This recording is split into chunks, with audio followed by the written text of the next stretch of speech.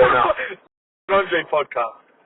What is up, TLOP Nation? I'm your host, Andre Parker. Let's get right into the episode. Okay, let's give me a solo one today because we filmed the podcast episode yesterday.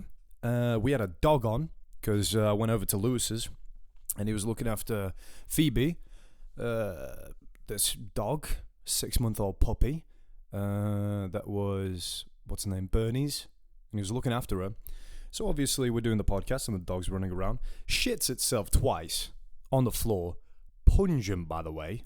Lewis was like, oh, shit himself, or she shit herself, it's gonna smell. And I was like, okay, cool, already livid. There's a dog running around and we're trying to film the podcast, you know what I mean? And the dog shit herself, and he was right, it was very pungent. So the dog was fine, to be fair.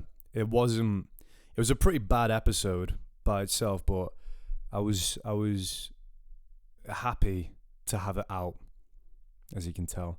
But the audio corrupted anyway, so I had to delete it. So here I am on my first solo podcast. So we're gonna see how hard it is to do a solo, and I don't think it's quite that hard. And also, I'm solo. I'm by myself. Can you hear that I'm speaking normally? What? This is crazy, guys. Oh my god. Okay, no more shots at Lewis. He's gay. Let's continue. So yeah, yesterday the episode. I've got some notes here, which we never do. I'm gonna take a little. One second, I'm going to take a little coffee sip, okay? Is that okay with you? Yeah, bro, go ahead. Is that okay? This is an interactive episode. Is this okay with you? Yeah, bro, go ahead. Okay, I didn't need to know that about your parents, but alright. What? Alright. I hope they're doing well. Alright, if you need anyone to talk to, bro, just hit me a comment, and we'll talk about your parents and shit. It's okay. Know that you're loved. What is bro talking about? Okay, I talked about, on yesterday's episode, I had a Japanese lesson, my second one yesterday. Today's Thursday, so that's how close we're cutting it. Yesterday I had a Japanese lesson, and I was talking to Val after the first one, and after the first lesson, our teacher Emma-san, she told us to learn the alphabet, which is called kanji, katakana, and hiragana. There's 3 different ones, right? It's kind of crazy. I don't know if I said this on the episode before or after the lesson, but kanji is stolen from Chinese, or borrowed, as she likes to keep saying. She's Chinese, by the way, so it's pretty cool. She's got an accent, yeah. So if you remember the Greg's episode, the episode where I went to the Greg's and I met Shitty Wok. Oh, hello. Then she's not as bad as that, but she's one chopstick short of Shitty Wok. So yeah, I was me and Val were talking because she told us that we have to learn the entire alphabet, and there's about 70 different letters, and then on top of that there's different characters for each word. But I don't think she wants us to learn that. I think she just wants us to learn the base one. I'm pretty sure, yeah. You can tell I've been listening. But Val was telling me, it's like, bro, if we don't do our homework, she's Chinese, bro, she's going to shout at us. She's going to be like, why you not do this? Why you're so ugly? Or some shit like, because they're brutally honest, these Chinese. So I was like, yeah, bro, but, you know, I'm Slavic. I don't care. It doesn't bother me. I'm not into that shit. You know what I mean? Anyway, fast forward to yesterday. I get late. I come late to the online meeting, to the online lesson, because I was considering not going because I'm broke, and I was just gonna get Val to screen share the lesson. So no, I'm still learning, but I'm not there. And then obviously I'd pay Emma-san afterwards because I'm an honest guy, but I'm just really broke right now. Anyway, I make it 5 minutes late. But before I make it to the lesson, Val's talking to the teacher, and she's like, because he tells her he since the last lesson, he's only learnt 5 of the kanji, hiragana, katakana.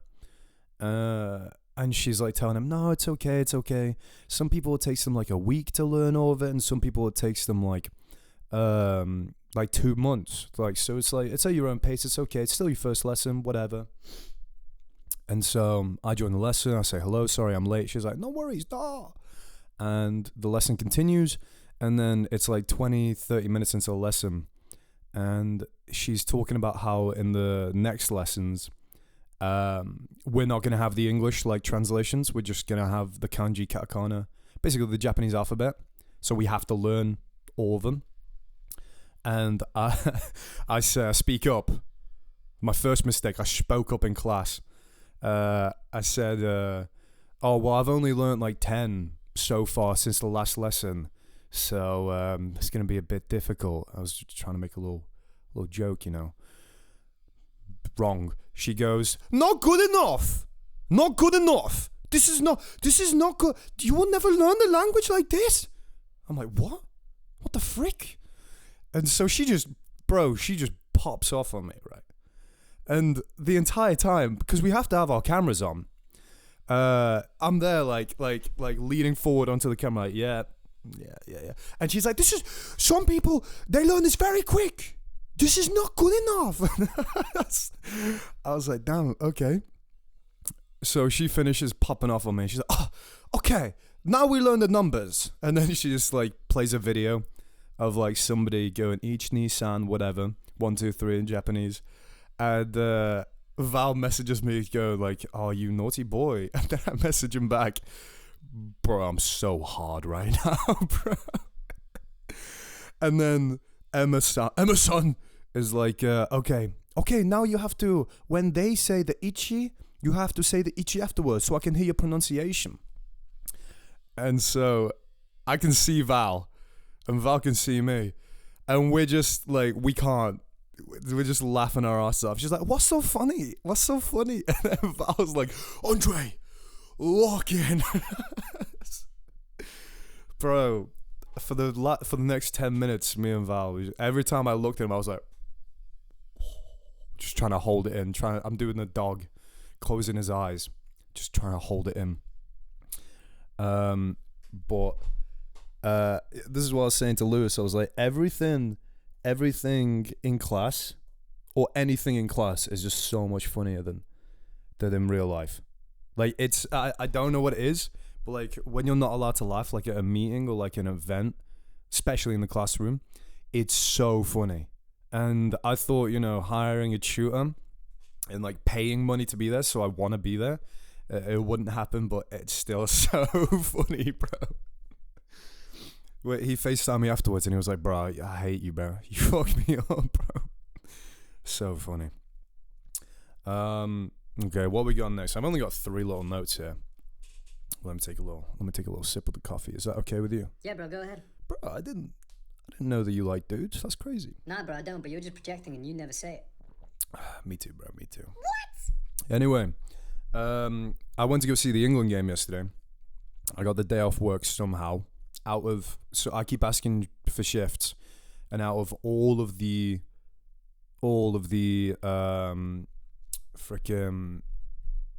shifts that I should be on, you know, the busiest, whatever, I was on not the busiest. The one day that I had off was the England game. So I was like, fuck it, I'll go watch it.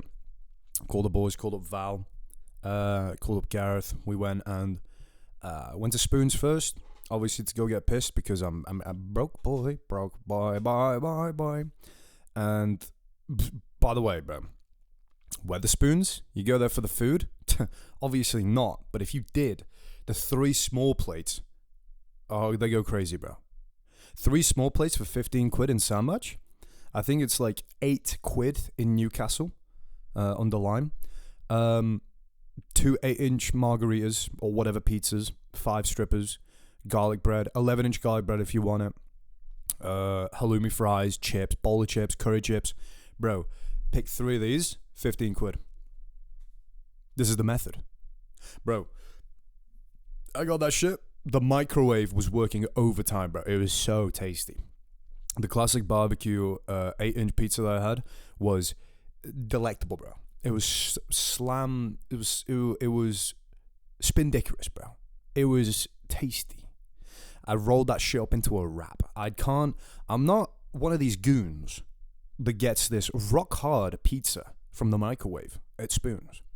Takes the knife that they give you with it and cuts it up into 4 or sometimes even 6 pieces. What are we doing? You are wasting energy and efficiency when what you could be doing with this frisbee of a pizza that has been defrosted in an 800-watt box, you could just be rolling it up into a wrap and eating it like this. I've discovered this method. I'm the Christopher Columbus of this method. If anybody says that they've been doing this for longer than me, they're lying. This is insane. This is the strat. So I would urge you, I implore you, to go to Spoons, get three small plates, get a pizza, minimum requirement. If you don't, I will find you, and roll it up into a wrap and eat it, my brother. This is, you know Charlie Kirk when he sips the coffee. That's me. That's me when I'm eating it.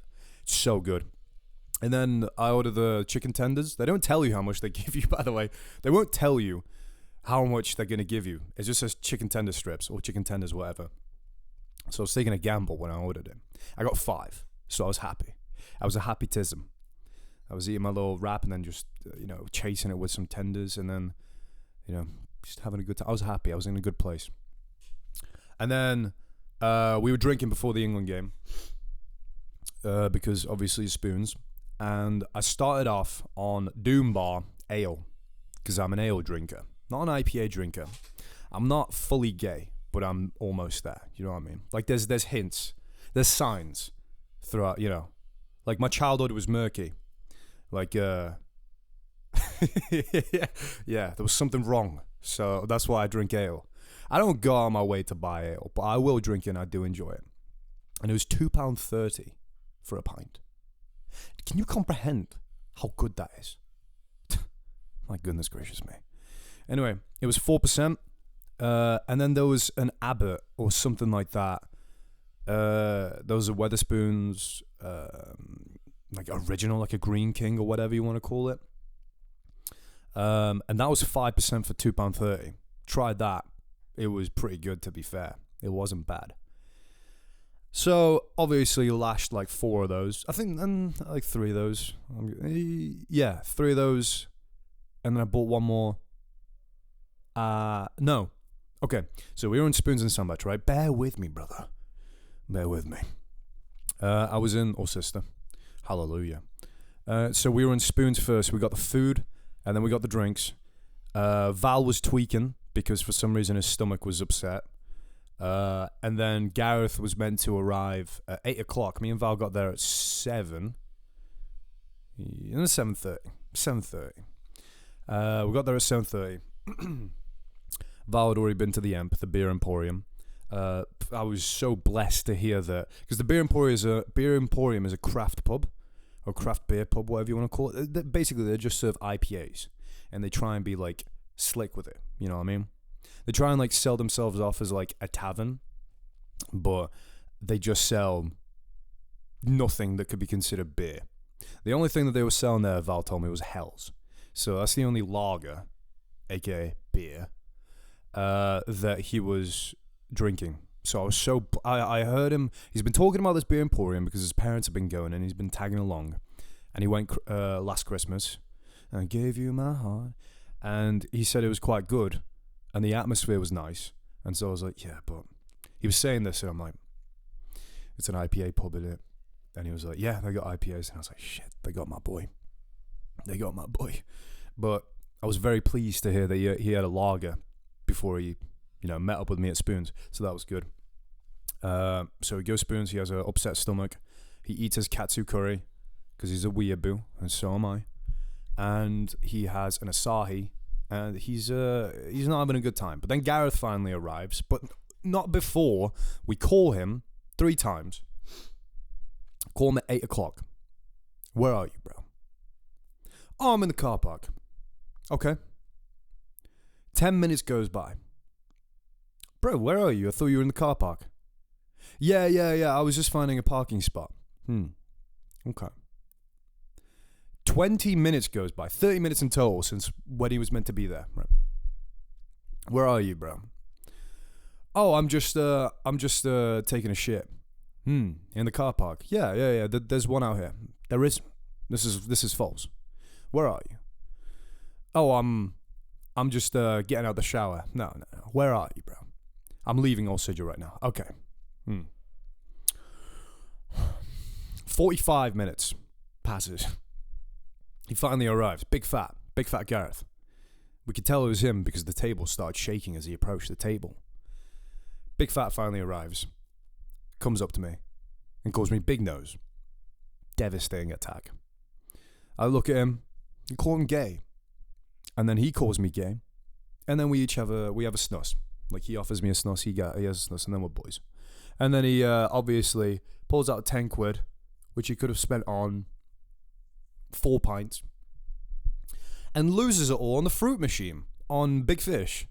So that was pretty cool. And then orders 2 Coronas. 2 330ml Coronas, not even pints. For like 6 quid.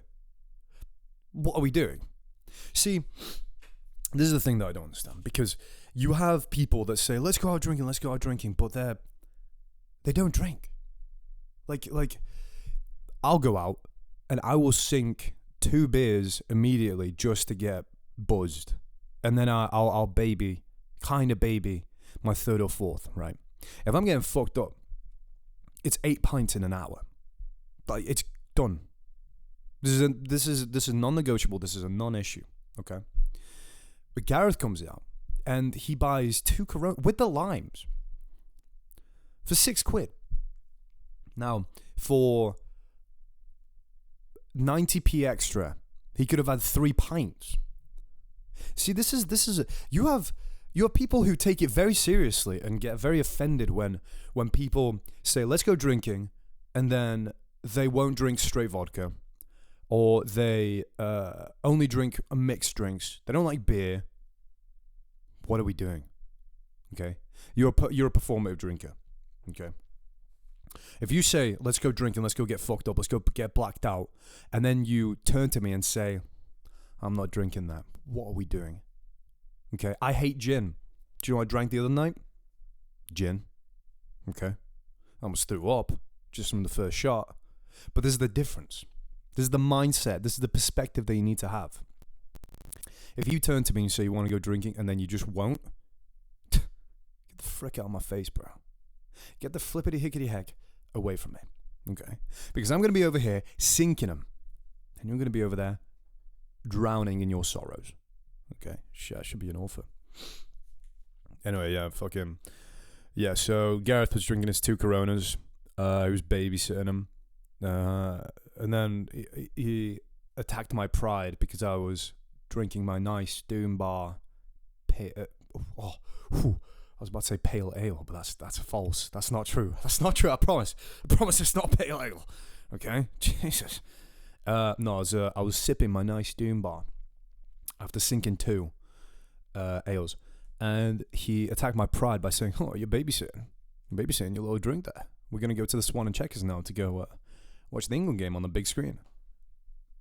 And I took that personally, so I downed it, and then we left. So we go to the Swan and Checkers, obviously packed. Val finds us a little place to sit by the front. Did we get a table, you ask? No. We sat on the floor, obviously. Of course we sit on the floor. So we sat on the floor, watched the England game, but I kept pestering Gareth for Zins. I kept doing this, right, because that's what you do when somebody offers you a can. You go in with your 2 fingers and then you pick it up like, don't mind if I do, right? He kept thinking that I wanted to like squeeze his balls. And then, because it was loud, I was like doing the little pinchy thing with my fingers. I was like, give me a zinny. He couldn't hear me because it was loud. And then he was like, what, you want to pinch my balls? And I screamed out, I was like, I want a zin. And then he gives me a zin, and I'm happy. I'm a happy boy.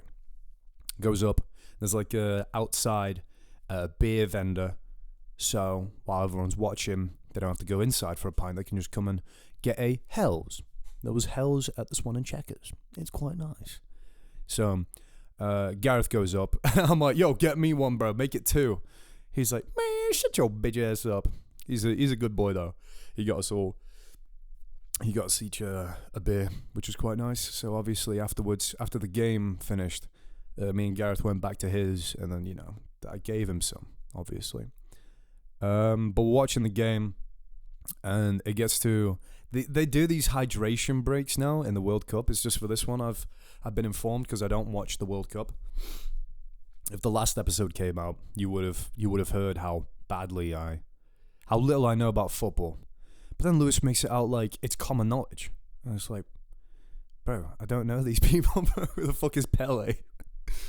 Everyone that's watching now is like, Pele! I don't know these people. I think I was saying this as well in the last one.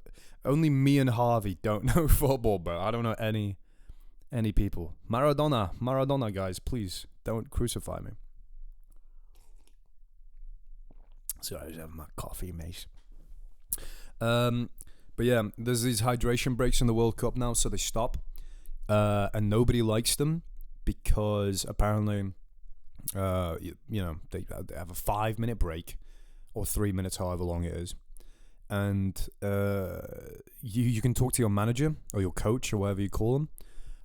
And then you can like draw up plans, like battle plans, like, yeah, you take the left flank and then you scale the wall. We're going to have a siege cannon in the back and then a catapult on the left. And then, you've got fucking Harry Kane being like, yes, who? And then they all start chanting and fucking rowing their boats. Yeah.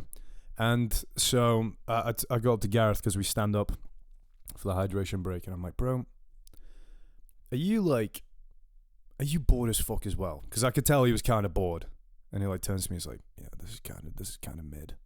And it was like, I think 1-1 at this point against Croatia. It was England-Croatia yesterday.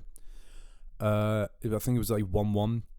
And I was like, are you bored as well? And he was like, yeah. I'm like, okay, so just wanted to be, not left out. And so the game carries on. Val's having a good time. He's like, hey, if they don't score, if England doesn't win, my missus is getting a fist. She's gonna get a knuckle sandwich to the face. And I was like, yeah. Every time England scored, I was like, oh, bet your missus is at home fucking praying. He's like, hallelujah, they're ahead. When it was 2-2, his missus must have been fucking praying for a fucking penalty or whatever. Anyway, I left. I just said, at the 17-minute mark, I said, all right, I'm going to go to the toilet. Irish goodbye. Just left. It's not for me, bruv. It's not for me. I know everyone's going to be like, oh, no, come on. It was such a good game. Yeah, it was good. But I just, yeah, sound. It was great. Yeah, I just didn't care, respectfully. Even if it was Slovakia playing, I would go home. Not bothered. Don't bomb me, mate. Don't bomb me. So that's going to annoy everybody because I got the day off and a lot of people didn't, which, they're football fans and they would have loved to watch the game. Outside with the boys drinking beer. Mate, I went home. Got home at like 88 minutes of the game. My stepdad was watching it and he was like, yeah, obviously. 2 bottles of wine in him. Champion. And he was like, what are you doing back? And I was like, I got fucking bored in it. He was like, you got bored? The atmosphere must have been electric in the pub. It doesn't sound like that. It's just a voice I put on. But I was like, yeah, the atmosphere was actually really good, to be fair. There was a guy, right, we were right at the front, but there was like some people a little bit in front of us with a table and some chairs. These 2 girls in these chairs, with the table with their drinks, whatever. This guy comes up in an England shirt, Lampard. If you watch the podcast, probably don't. You know who you are. He said hi to us. He went to my high school. He was like trying to chat up one of the girls the entire game, and he was just like on his knees. Pause. Resume. On his knees, talking to her, like between the 2 girls. And to be fair, like the other girl was pretty respectful because I've seen it where girls are like, "Hey, he's talking to that bitch. She doesn't want to talk to you." But they were kind of hotties, so it kind of worked, bro. They were both babes. Unfortunately, not TLOP babes, but that can change. And this guy was talking to her, and he was like, every time I think England scored, he wasn't there for the penalty. He wasn't there for the first goal to England, but he was there for the second one, like by the girls. And when they scored, he literally by the way, I don't think he'd ever met this girl before. He'd only been talking to her for like 20, 30 minutes. He picked her up like princess carried and then started like she was like liking it but not liking it. She was like, okay, yeah, whatever, you know. He's a big football fan. But he was like, yeah. Like before he was like kind of risen, I'm not gonna lie. But before, like when they scored, he went absolutely manic. He was like, yeah, foaming from the mouth. And everything. Picks her up. She's like, drops her, puts her like back in the seat. And then he was like, yes, come on. And he was like turning to the entire crowd and was like, yeah, yeah, with his like one hand up, looking around to see if anybody else saw the goal that just happened on the big screen. And then like he would like chill out and be like, yeah, yeah. And then he would like turn to the girl and go, yeah, and then shake the fuck out of her. Like proper like, yeah. And she started hitting him. She started hitting him to like tell him to stop. And then I think he was either too pissed or he was a bit, you know, retarded. Because he started hitting her back thinking it was playful. So she'd be like, stop it now. And then he was like, yeah, just punch her. So that was pretty funny, to be fair. They left before I left, I'm pretty sure. So I don't think, yeah, he didn't. He did not secure the bag. I think the physical altercation didn't help in that circumstance. So, yeah, that was the England game. Came home, watched the rest of the football. I was like, yes, Sam. England won 4-2. For anybody that didn't watch it, probably the entirety of England did. But we got a little bit of a US audience. Hello to the US brethren, and hello to anybody else. I think we got Netherlands and, yeah, Albania, which is Moggs. Hello, Moggs. So, yeah. That was all that happened yesterday. Nothing else much happened. Just been chilling. We did the episode yesterday, and then everything corrupted, and Lewis was like, oh fuck. And then I was like, don't worry, I'll just do a solo one. He's like, you want to do a solo one? I was like, yeah, I'll do a solo one. He's like, okay. So here we are, just chilling, having a good time. Hope everybody's all right. Not much is going on now. I mean, we got, in August, I'm going to go do that Mont Blanc. That's going to be pretty sick, I think. Here we go, Mountain Alert. To the one person that doesn't enjoy it. But, no, not much happened. I did talk about how, I haven't got it here with me today, because I left it at Lewis's. But if you guys remember, Lewis gave me a cup to take out hiking. I had a little carabiner, which you can just, like, clip onto shit. And he gave it to me for Christmas to go hiking, like I just said. And I took it to Norway. And I wanted to show it on camera. And I did in the previous one. But it's all battered, bruised, and beaten. And it's like burnt as well. Because it's been used.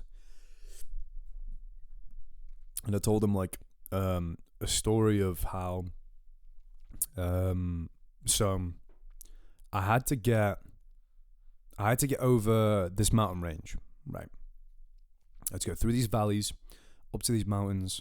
I went from nice lush green forests where it was hot, went up into snow, like pure snow. And I won't put some pictures up because we don't have a lot of time to edit this one today.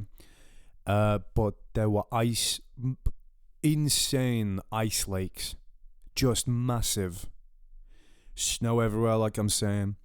Just, this first range was beautiful. This massive was really beautiful. I had to get over that. And then I went down all the way from whatever elevation I was at. It was really high. if that helps. Went down and into like a zigzagging valley. Where was these two massive mountains on either side, and there was a river crossing through them, and it was literally like a zigzag, right? And so I get to the start of this valley, and it's already been a long day, right? This is the second part of the expedition. I was maybe like 5 days away from finishing. The massive challenge was doing this entire journey, or however long I was journeying for in the first or second part. And then I had to get over a 900 meter mountain, which is pretty much just Snowdon, but 100 meters less. But it was still from 300 meters up to 900, so 600. And it's very long. And with 20 kilos, and remember, you're not sleeping amazingly. You're tired. You're malnourished because you're not carrying food. I had to get over these two separate massives in this valley, and then get into this mountain, and then still walk over to Stavanger, which was 20 miles after that. So it's a very hard 4 days. But on the first day, make it through the ice lakes. Beautiful, like I'm saying. And I'm looking around. It's about 8 p.m. The sun will start to set at about 9:30. Right, that's when it's dangerous. I have to look for a place to sleep. In this valley, it's kind of like this. They're all paths. They're all trails set out. Sometimes it's not, but on this one it was. On the side of this valley, and there's these like via ferrata type things, which via ferrata is like it's Italian for by iron, like via like by, and then ferrata ferrous, iron.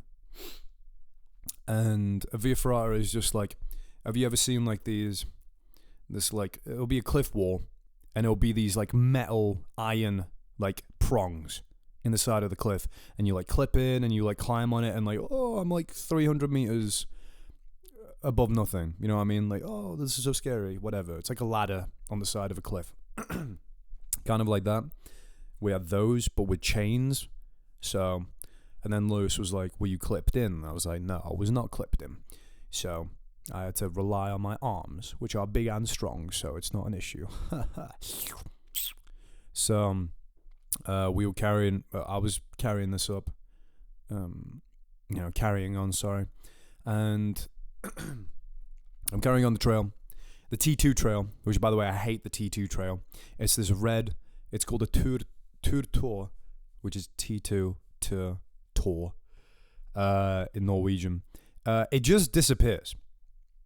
Like, it's this, I swear to God, like, maybe like, this is my hypothesis, right? I swear 100 years ago, somebody was like, look at these mountains. Maybe I will go up and make a trail through the mountains for the people to climb, and they will have a lot of fun. And I swear 100 years ago, he made it, or they made it, and then just left it there.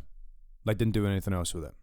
You know what I mean? It's been, there's so many times I've had to go through the T2 trail, come across like a rock or whatever, and there's just 3-4 trees on the trail, impassable. Beautiful. Now I have to go find another way round, or I'll cut through it with an axe. Half the time that doesn't work because the trees are fucking massive, but other times you can just cut the branches off and step over. But yeah, I swear, like, they're so fucking dangerous as well. Like, I can't imagine like a family going on them. They are treacherous. Anyway, fuck the T2 trail. Every time it disappeared, I would pray on the deaths of everyone that created this trail, because it was horrendous. Anyway, I'm on the trail on the first day after the first ice lake thing.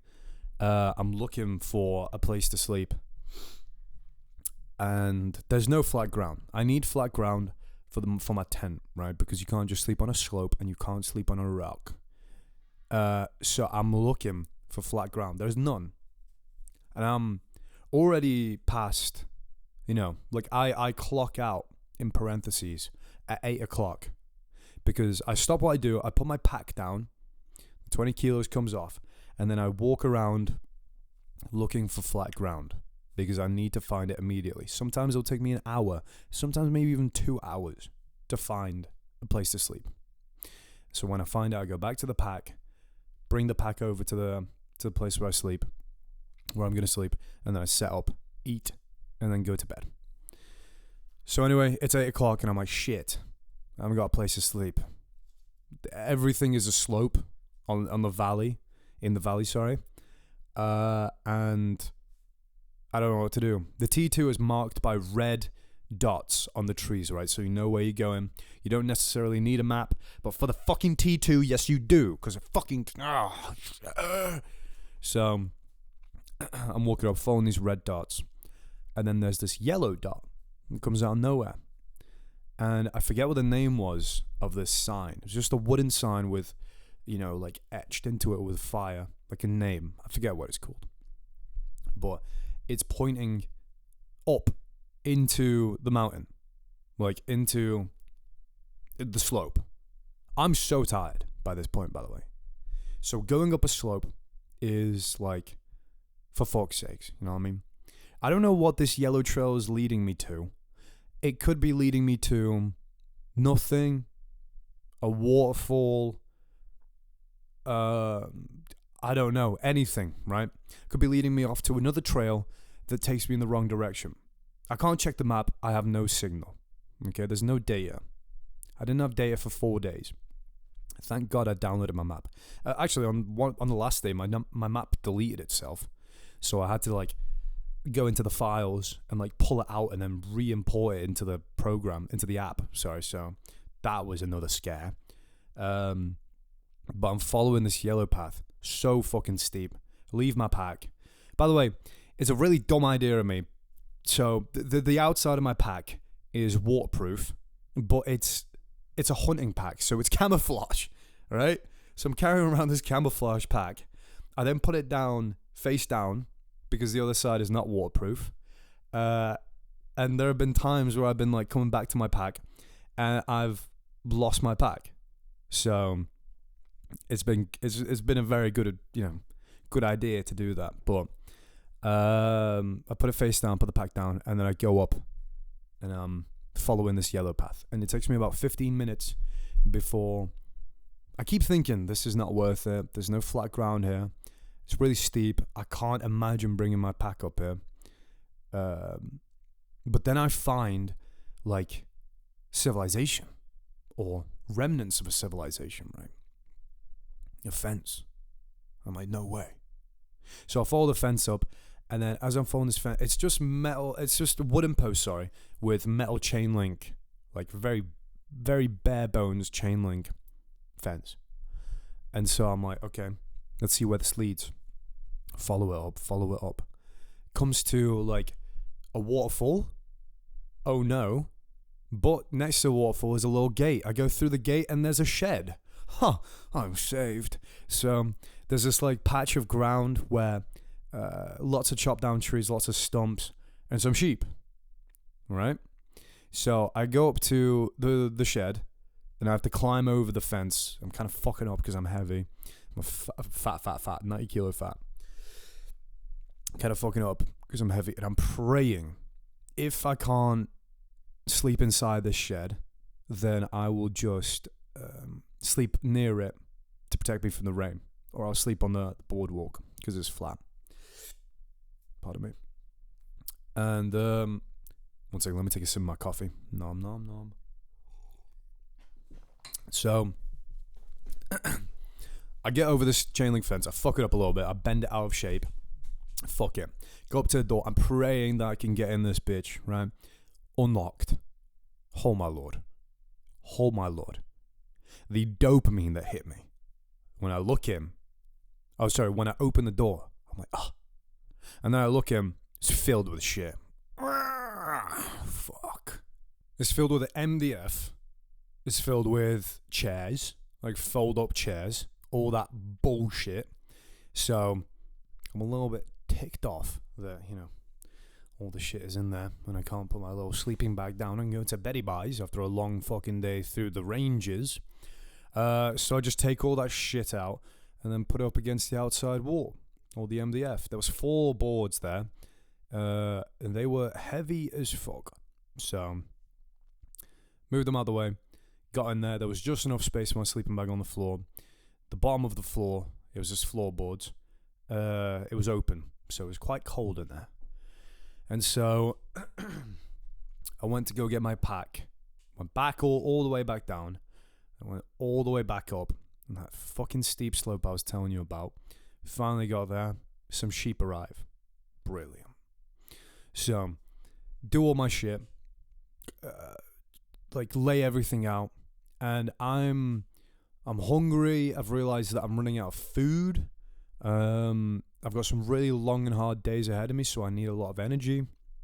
I'm drinking a lot of pine needle tea, which I told you was, or I've said was really, really good for you. Like, the vitamins are crazy in pine needle tea. So I'm drinking a lot of that. And so I'm looking through this little shed. It turns out it's a little bothy, or like a little hut that some guy's like building up. So there's a stove in there, but it's not like fully connected. There's two like bed, like there's a bunk bed in there. It's a tiny, it's about the size of like my desk, right? It's tiny. It's about my height on the floor, if that makes sense.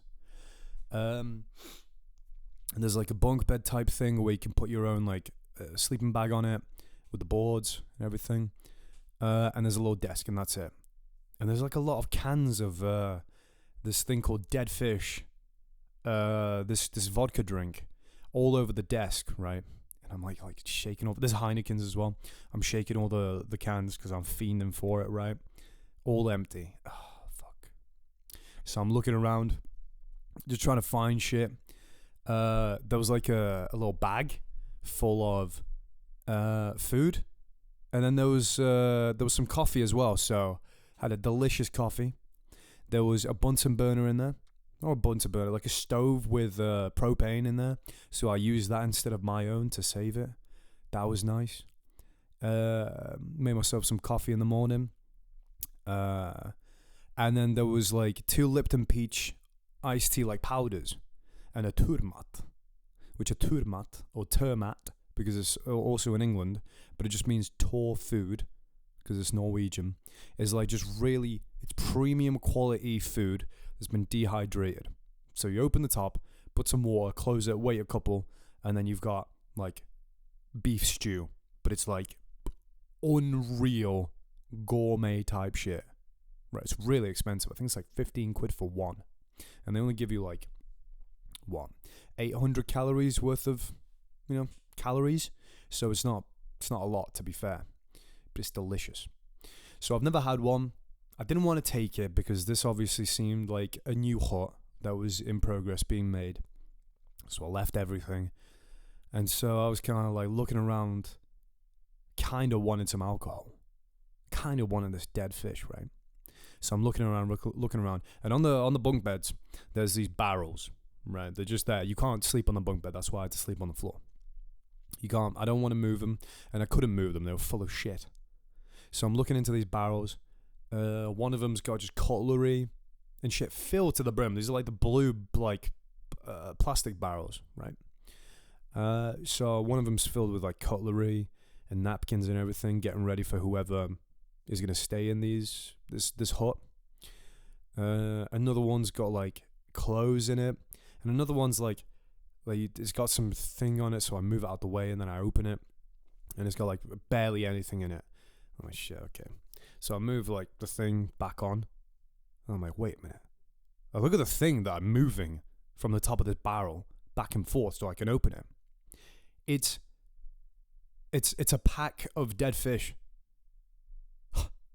Golden Scar, bro. Alright? You playing Fortnite, find the Golden Scar? Bro, someone just dropped me the orb from CSGO. Bro, 3 cans of dead fish. Pint cans. It's this vodka mixed drink. It was... Yeah, I drank it. It was delicious. It was amazing. I destroyed 3 cans in 20 minutes. Less. I wasn't savoring it. This is not possible. I demolished it, okay? So that was delicious. Drank those. Started feeling myself. Put on some tunes. I was in my fucking base layer Mylar. Not Mylar, sorry. Fucking, what's it called? Merino wool. Started putting some music. And I was chilling, reading my book, bro. Reading my little Cowboys and Indians book. Such a great time, bro. Had to piss like 7 times because I drank like 1.5 liters of, this. Or was that 1.2, whatever. Doesn't matter. Just drank a lot. And I'm in the middle of nowhere. There's no signal. I'm decently high up. I think like 200 meters, 250, 300. And I'm going out in the dead of night, like 1 a.m. Nothing. No stars. Like, they were just like the stars were worse than what you see here. I was really disappointed. It was a clear night. Again, I'm in the middle of nowhere. There's no light pollution. How far away would I have been from Stavanger? 20, 10, 40 miles, 45. I'm nowhere near civilization. The only thing that's close is a farm, but I couldn't even see their lights. I couldn't even see the farm.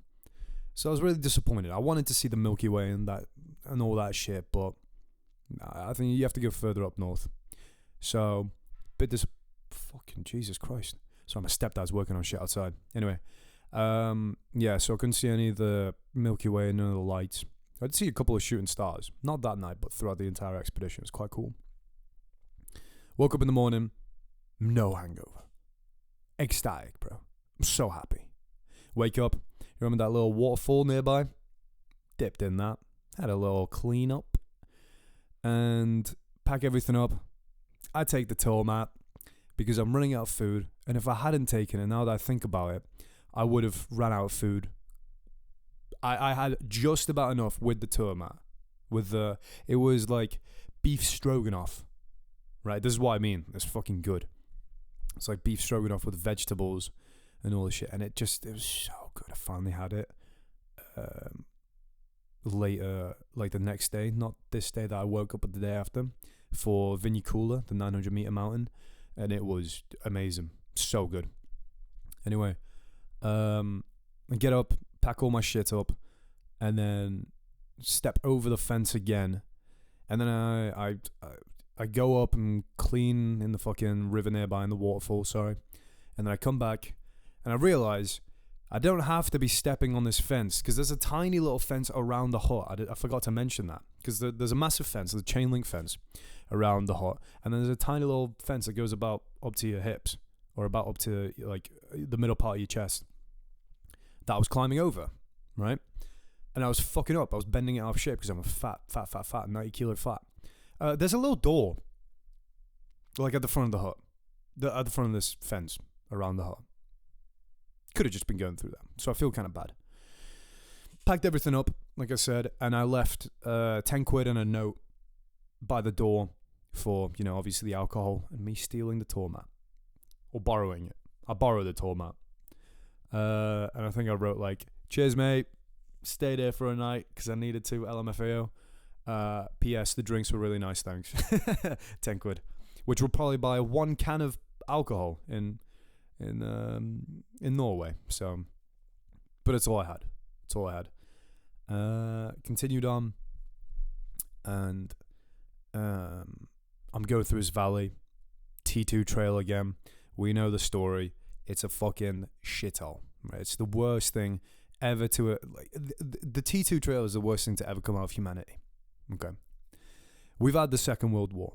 We've had the First World War.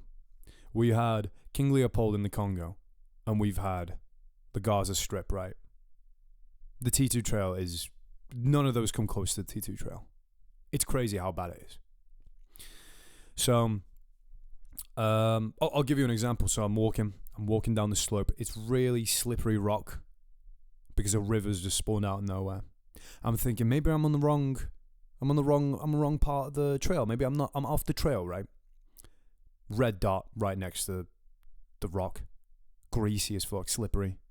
If I slip, 300 feet down. And it just disappears, by the way. So I'm following this rock. This is like 4 hours into the day, following this rock. Just disappears.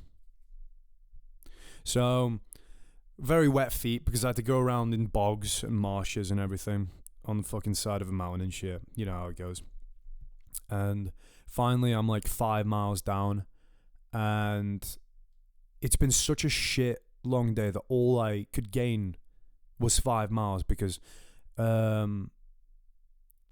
was a mountain range that I had to go through. Sorry, after that, and I didn't want to go through it. It was only 5 miles, but it was already late. I think it was like 5 p.m. or 4 p.m. 4 p.m. And the sun sets at 9. So I didn't want to get through this bit and then not be able to find a place to sleep. And so I left it for the next day. I was going to chill out, rest up, because after that it was the mountain, the big one, Vinicula, 900 meters, right? So I needed to have a lot of energy for that because that's going to be a tough day. And then 20 miles on top of that to get to Stavanger. So I find a little shed. I found a house that has like a walkway in it, which is like covered up with wood. It's like a shed adjacent, like attached to the house, if that makes sense. Like, okay, so you walk up to the house, you open a door, it's unlocked. It's just on like a wooden stick, wooden hinge or whatever, wooden lock. And there's like equipment in this little walkway, and then the house is there locked up. You need a key. So if that makes sense, like a shed attached to the house. I'm thinking, okay, I'm going to stay here for the night. Again, sleep on the floor, no problem. Done it before, been there, done that. I'm packing all my shit, and I'm like, okay, I'm going to have a little wash, chill out, listen to some music. Again, there's no data. And just read a book, because I'm fucking bored. Realize my towel is missing. Okay, so my towel, it's about the size of like a coin when you fold it up, but then it folds out to like a bigger towel. It's really good. It's very fast drying. So it's not a lot of weight, right? So losing it is kind of like, okay, whatever, I can live without it. Wrong. The towel is like, I need this one. This one is important, okay? Because if I can't wash, I'm going to be miserable. I'm going to be uncomfortable. I've got swamp arse every day, just letting you know. You're like, oh, that's disgusting. Do you think I don't sweat? I sweat so much. What do you think is going to happen? So I'm sweaty all over. I've got swamp everything. I need a wash because I'm going to be uncomfortable. Okay. I can be a big boy and be uncomfortable for a couple of days, right? No. Because if I don't wash, especially my feet, I've got hyperhidrosis, which is just sweaty feet and sweaty hands, unfortunately. They're going to get infected. And then I'm going to be even more miserable. And then I'm probably going to get trench foot or gangrene or some kind of infection. And my fucking toes are going to fall off. So no, I need to wash. I need to wash frequently. Okay? As every hiker should. And, expedition style hiking. Or just hiking in general. So I offload all my kit. Pack up my down jacket, which is my insulation layer, in case it gets cold. I pack up my head torch and some water. And I go back. 5 miles there, 5 miles back. I make it just before dark, and that was 15 miles into the day through that horrendous valley and the T2 trail. It took me 5 hours, I think, to do the 5 miles. I think it was just a bit under because of the trail and how the terrain was. And then it took me just under 2 hours to get back. I had a 5-minute rest. I'll wash my feet in the water, in the waterfall again. Got up, splashed my face a little bit, had a little bit of a drink, got the towel, hanging where I thought it would be. And I took the Lipton iced tea peach powder. It's like a little reward. Took that with me and headed back. And it took me 2.5 hours to get back. So I got back about 8-ish. Yeah, 9-ish. And so that was my day. That was my rest day, apparently. It was meant to be. And then I forgot my towel. But we got the Lipton iced tea peach, and I cannot... Oh my God, bro. Pine needle tea with... So you make the pine needle tea, right? You got it in your little cup. Thank you, Lewis. And then you get your spoon. You get it wet with the pine needle. You put that into Lipton iced tea peach powder, put it back into the cup because it's all stuck to the spoon. Unreal. So good. For anyone that's wondering, because I'm talking about so much, the Lipton iced tea peach powder, you just meant to put it in like a litre of water and you've got iced tea. But I was using it sparingly because it's so full of sugar and it's so nice. So much energy. So good, bro. I had that shit like 3 times a day. Oh my god, dude. It's so fucking good, bro. But yeah, that was my day. And then after that, it was good that I had that rest day and I didn't carry on forward, because if I carried on, towel would have been definitely gone. B, I wouldn't have had the Lipton iced tea peach. But C, the terrain after that, what I had to go through after that was unreal. It was the most beautiful part of the journey, I would say, but genuinely the most treacherous, like the most dangerous. Near deaths twice. Yeah, very close. It was very good. Maminka, if you're watching this, joking. This is a comedy podcast. But yeah, I went up, and then there were some bridges of, like power poles, the power lines, the wooden big poles. To get over like a river, they just put 2 of these poles, just like that. So I had to like shimmy across that. I didn't shimmy across. I'm not a pussy. I stepped over it, but it was over a raging river and like, fucking Nathan Drake type shit, Indiana Jones. So then I went up, and then it got really snowy, and then it got really snowy, and then I will actually put a picture up right there, because it's kind of fucking sick. It's kind of the coolest thing ever. But for anybody that isn't watching, it was another valley, a really steep slope that was all iced over, all snow and ice. And at the bottom of this thing, it was, again, steep slope. At the bottom was an ice lake, unbelievably massive. There were points where I was stepping through this because I had to step through and make my own steps. Feet were drenched. I had to step into the snow, pack it, and then step on it. Obviously, I didn't have any crampons. It was just on my rubber boots. And there was snow that I was moving that would fall, roll into a snowball, pretty big, and then just crash into the ice lake, breaking the ice. And it was light blue, the water. So it was glacial water. So if I fell into that, there was nothing that was, I couldn't catch myself in anything if I fell. I've got the big heavy pack on me. If I fall in the water, I'm never getting warm again. Like, I don't have a spare change of clothes, spare change of like coats. So yeah, just going on a leisurely walk. just going on a little walk to clear my head. So that's what I was doing, and then I finished that, found a cabin at the end of it, and I called my mate, finally got signal, and he was literally like, I hadn't messaged anyone for like 2 or 3 days. He thought I died, called me a slur, and then my mum was like, yeah, we thought you died. I was like, nah, I'm chilling. Sent him a little Google Maps of where I am, and they were like, boom. Got to the hut, that's where I called him, messaged everyone.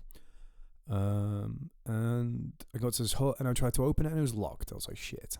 There was a little like wooden shack nearby next to the hut / cabin, tiny, just for storing wood. I was like, maybe I can sleep in here.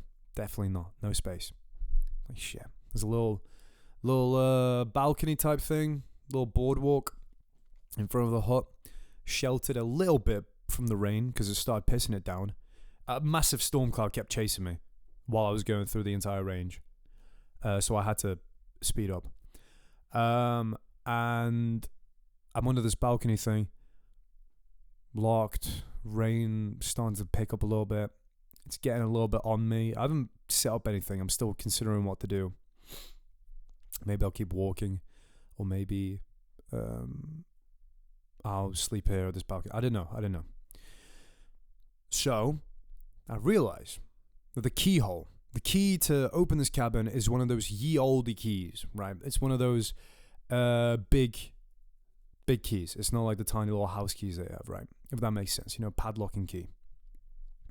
I get my so if you catch my drift, I open up my phone and start playing a video game. This is all in a video game. In this video game, I have a multi-tool. And the multi-tool has a little saw on it, like a tiny saw. Kind of looks like a key. So in the video game, I pressed the button, put the saw into the keyhole, turned it, and I picked the lock.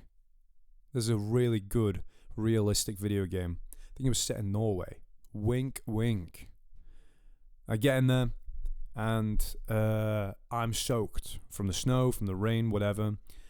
And it's a really nice little cabin. There's just sofas everywhere, no lights. There's all candles.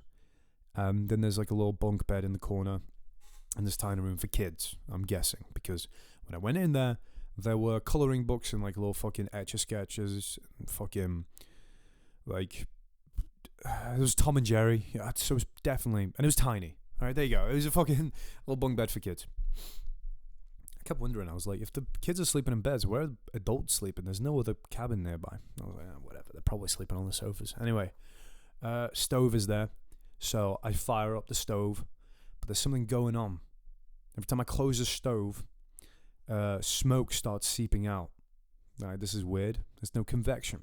There's no, from the thing, the pipe leading out of the house, the chimney. There we go, the chimney. There's no convection. There's no wind pulling the smoke. So I was like, this is a bit weird. Okay, open it up. It's like billowing smoke. I'm like, fuck, I don't want to smoke this place out, and I'm gonna stink of smoke as well. So, have a look over it. Have a look under it into the chimney, and there's like a little fucking concrete thing in the way. So I'm like, fuck out of here, boy. Get the hell out of here. Break that shit. It was already like coming apart anyway, so I'm like, I'll just help you out. And then convection starts coming up. Like it's open. So that was good. Close it, and at the bottom there's like a little lever, whatever you want to call it, that you can allow the airflow to come into the stove. Comes from underneath and it goes up, right? Cool. I'm going to be nice and warm. Wrong. This shit is like a little gear that was rusted shut. I had to smack it with my hammer, my axe, to open it. It was rusted shut, and it was like a little like thing that you turn, but it would just let the dead ash or the ash fall into a pan. It was like a self-cleaning system, if you would. And there was no other lever anywhere on this stove. Where am I going to get the airflow? So I opened the bottom one, because there's 3 doors on this one, which is quite weird. I opened the bottom one, nothing. It's blocked. Billowing smoke at this point, by the way. I'm fucked, right? I don't want to set this place on fire. That would be none too ideal. Very not ideal. I'm trying to, put more sticks. The fire is pretty big now. I can put in like big sticks. I'm good at making fires now. They call me the bear of the grills. It's fucking billowing smoke. Seeping smoke. I smoke out the entire cabin. The entire cabin. Smoked out. I'm like, for fuck's sake. So, with the little heat that was produced in the stove, I take off my socks, take off my trousers, get your head out of the gutter, put on my base layer, obviously, in my pajamas. I'm trying to, like, dry out all my shit. And my boots as well, with the little heat that's left on the stove. And it cooked them. I actually put them on, they sizzled. It went tss. It's pretty sick. It's like I was making bacon, but the bacon smelled like my arse. So, the entire cabin smoked out. I opened the door, opened every window. If you stood up, you couldn't see anything. It was that bad, so I had to like crouch down, and breathe, because you couldn't breathe either. I felt so bad. So did all that, and I couldn't lock the door again because in case I locked myself out. So what I did was I closed the door, the front door, and I put my there was like some gas glass lamp that was on the side of the front door at the entrance, and it fell and it smashed. It was like really thin glass. So again, I was like, ooh, shit. I did do that in a video game. But then I used that as a security system by putting the glass where the person would step, and that'll wake me up. And then I went to like the little room where I was asleep in the bunk bed, really fucking uncomfortable. And I put my axe against the door, so if anybody opened it, it would fall and make a noise, and I'll get up. And I had my knife on me, so let them have the axe. Let them have the advantage. Sorry, you are not Sigma. And yeah, so I cleared out the entire cabin. I felt really bad. Woke up the next day. It was okay. Still a bit smoky. And then I left. Everything was dry. And then immediately wet in 10 minutes. And yeah, locked the cabin again. And that was a really good video game. Now let's get back to the actual story. And then I went up to Vinicula. Some fucking first people I saw in like 3 days or 4 days. They were coming down and they were like, "Oh, where are you from, Herga there?" I was like, "Yeah, England, but Slovakia, LMFAO." And they're like, "Blah blah blah.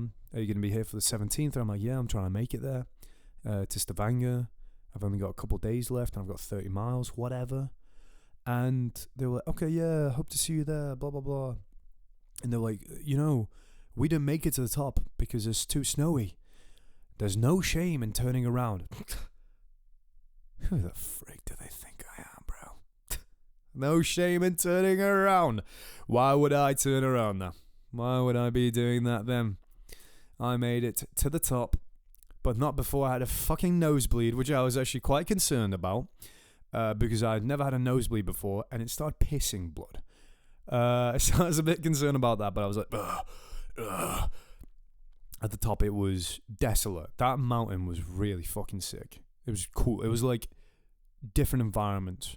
Like there'll be an open plain of just snow with a gradual incline. It was like a fucking, if you've ever played Elden Ring, it was like an Elden Ring map. It was so sick. And then it was like misty, and like the misty mountain, you couldn't see in front of you more than 10 feet. It's like, watch out. There were tiny like little places where there were like things that would stick out. Like the mountains would encase you, and there was a tiny crystal clear lake or little pond with a waterfall coming out of it. It was beautiful. So beautiful. Yeah, I had a nosebleed 100 meters from the top. And then that went away. So I was like, yeah, that should be okay. And then there was, right before the top, you had to scramble up, right? You had to climb up this rock face. And there was no snow on it. It's just a rock face, vertical. And I was like, I'm looking at my map, which I had to re-download if you remember. It deleted itself. I had to re-download this map. I looked at my map. And it's telling me to go up this rock face. There's no other way around it. There's literally no other way around it. And I'm like, this can't be the way. Maps tell me yes. I'm looking around. There's a sign deep in the snow. Like, just barely. I had to, like, brush the snow off. And it was like, yeah, this way to the summit. Okay. So I'm looking at it. I'm tired. I'm dying, apparently. And there's a crack in the fucking rock face. Like literally like the size of my hand. So I just get in there with my hands, like gripping it, like Alex Honnold, like free climbers do. And then I just climbed up. And I was near the top of this little rock face. And it would go back to a normal trail. And I saw a little stream in this like little hole in the rock face. And I was like, oof, this is so close to the top. There's no way this can be contaminated. And this is going to be the cleanest, crispiest water I've ever tasted. And I haven't had a drink in a while. Because remember, I'm not carrying water. So I get my cup from my side, my bunting. and I grab the cup because it's clipped onto me, and it falls. The cup fucking falls all the way down this rock face. It's about 30 feet up. I turn around. I'm still holding on, right? I'm still holding on like a monkey, right? Like a monkey. Ooh, ah, ah. I look down. What do I see? My cup, ding, ding, ding, ding. Gone. Fuck. So, I have to climb back down, exhausted, tired, going back down, and I do find it in the snow, but then I have to climb up this rock face again. So I do that, then I very carefully get my cup out for this drink. I'm doing it again, bro. Too stubborn. I'm getting that sip of water. Delicious. So worth it. Get to the top of the summit, and I get there about at every summit of mountains, at every summit of a mountain in Norway, there's a little box with a notebook in it, and you can write your name, when you summited and what time you summited, right? And so I'm checking this notebook, and somebody had summited 10 minutes before me. It was like I got there at 5:20, just about. Somebody got there at like 5:10, 5:11, something like that. Crazy. I didn't even know anyone else was up there with me, apart from that couple that told me to turn around because they thought I was a bitch. Impossible. I cannot. It's not possible. But that was crazy. But then I was following them down because they somehow went the same way as me, and they left me like a trail to lead through the snow because I had to like compress the snow, like walk through the snow. Pardon me. So that's pretty cool. So I told this to Lewis yesterday, and he said if I hadn't dropped the cup, that I probably would have caught up to them. And that's probably true, because I was speeding down the mountain. Because if you just heard me say 5:20 to summit a mountain, is Zed might be watching this and he's gonna be like, "Are you for real?" Because that's so late to summit a mountain. But yeah, that was. Yeah, I don't know. It's just crazy to me how close I was to seeing somebody, but I wasn't. And then yeah, got down, had a little meal beforehand. I had a liter of soup because it was the most calorific thing in my diet or in my little food bag, and it was the only thing in my food bag. So that's what we were eating. We were eating good. So that went down, stayed the night, and then I had 20 miles the next day, and then I did it very quickly, and I got to Stavanger, and that was the end of my journey. I think that wraps up Norway. I wanted to wrap it up the other day. I saw that you guys liked the video, because I'm guessing you wanted to, because I said like and comment if you want to hear more about Norway, but nobody commented. Comment on the video, please. Like, comment, subscribe, please. Come on, mate. It's the TLOP. It's your boys. Here, Friday, 9 a.m. Every Friday, 9 a.m. Just giving you a good time. Chill out. Have a good time. No stress, no pressure, no nothing. So, yeah. That wraps up Norway pretty decently, I think. I don't think there was anything else. And then I got fucked up in Stavanger and spent like 900 quid in 3 days. Yeah. 14 quid a pint. And I was buying the pints for everyone. Okay. I think that'll wrap it up for this video. Or this episode, sorry. Let me have a little sip of my coffee. Is that okay with you? It is an interactive episode, if you remember me saying. Is that okay with you? Thank you. I appreciate that. Thank you. I know people in their cars are like, bro, what the fuck am I listening to? Yeah. Okay, I'll leave it there. I need to edit this down before my shift. And I've got a 12-hour shift tomorrow, which is yippee. And then I have another 12-hour shift after that, which is yippee. And then I have another 12-hour shift before that, which is yippee. So, record this, edit this, probably come home and keep editing, because that's what we do. We grind. Okay, I'll leave it there for today. Thank you all for watching. Like, comment, subscribe, please, and share. And if you want to make a clip of this video, please do. I think that would be great. you would be helping me out immensely. Okay, thank you all for watching. Have a blessed weekend. Have a great day. Or a great night, whenever you're watching. And have a great drive, if you're driving. Have a great run, if you're running. I'll see you all in the next episode.